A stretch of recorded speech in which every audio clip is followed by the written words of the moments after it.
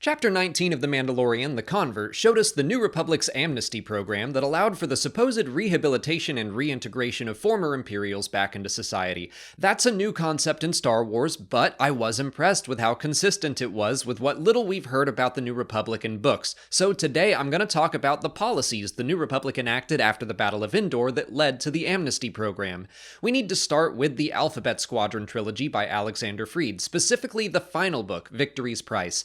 That story involves an Imperial pilot named Yrica Quell who defected to the New Republic after taking part in the destruction of an entire civilization during Operation Cinder. She learned that the Emperor had a secret database on Coruscant that cataloged every member of the Empire, from the generals all the way down to the pencil pushers like Cyril Karn, that showed how each and every person was complicit in war crimes. Quell's former commanding officer in the Empire tried to destroy it, but she saved it. While that was the right move for transparency and accountability, Mon Mothma admitted that the databank would be a potential threat to lasting peace, saying, "I believe in justice. I also believe that for the galaxy to survive, reconciliation must occur. The New Republic will not hold together if we spend the next 10 or 20 or 50 years divided into rebel and imperial, yet true reconciliation requires honesty. It requires we stare at what we've done as a civilization and come to terms with it. The databank can help, but only if the Senate and the galaxy as a whole has the appetite for self-examination over revenge."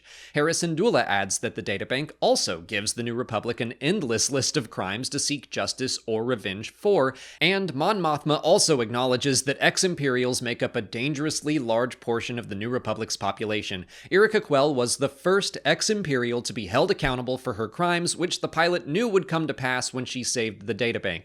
All in all, it was a difficult situation for the New Republic, and there were no easy answers. Syndulla makes the argument that if they were still rebels, they would definitely forgive Quell and move on, which is true. Crix Medine, Alexander Callis, Wedge Antilles, Iden Versio, and countless other rebel soldiers defected from the Empire.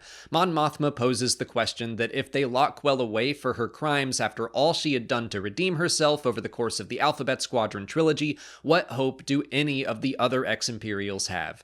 It was ultimately decided to let Yrica Quell largely go free. It wasn't a full pardon, and Hera talks about the Senate debating putting restrictions on ex-Imperial troops with certain records like limiting voting rights, weapons, prohibitions, and so on, but we never get to see the full extent of those discussions. It wasn't a unanimously popular decision, but Mothma wanted to signal to former Imperials that even if their leaders can't go free, there is a path to normalcy for them. 6 years after the Battle of Jakku, around the time of The Mandalorian, Yrica was still free, operating a shipping business. She wasn't allowed to vote or take out any government contracts. So that kind of sets up the foundation of the Amnesty Project, and even though Quell was meant to be a model for what came next, if we continue on to the book Last Shot by Daniel Jose Older, we can see how the system was not perfect. That story takes place 2 years after Jakku. Mon Mothma is on what Lando describes as a decommissioning rampage, a decision he and Han both seem critical of, and a topic that's actually brought up in The Mandalorian, which I appreciated.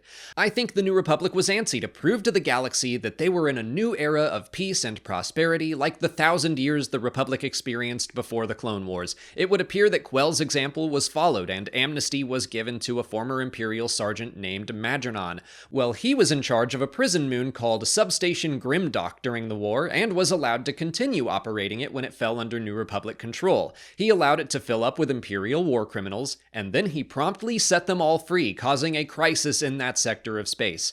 I could see the New Republic's behavior after Jakku as kind of like a pendulum swing. The galaxy was at war and under the control of a dictator, so Mothma probably felt pressure to go back to the way things used to be as fast as possible, to really make sure the New Republic looked like a fresh start for the galaxy. A decommissioning of all military vessels, amnesty, perhaps given out too loosely. When Madranon took advantage of that mercy, it may have caused the pendulum to swing back in the opposite direction, because 2 more years later, when we catch up with Dr. Pershing on Coruscant, he is granted amnesty, but he is kept under strict supervision. He and the other ex-Imperials around him are given identification numbers. They admit it's better than how the Empire would have handled it, but it's not far off from some basic Imperial dehumanizing principles. It's possible the supervision and ID numbers were all temporary. Maybe Pershing would have enjoyed the same freedoms as Quell if given enough time. We don't know yet.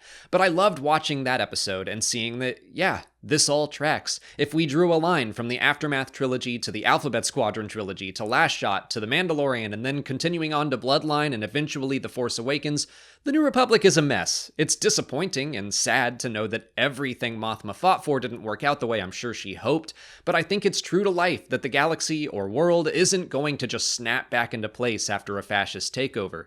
But that's all I've got for today, just a summary of the New Republic and how its amnesty program came to be as we saw it in The Mandalorian. If you haven't already, please like this video, subscribe to the channel to keep up with all our Mandalorian Season 3 coverage, and consider checking out our Patreon page, where we're releasing video reactions and audio commentaries for every new episode. As always, thanks for watching, and may the Force be with you.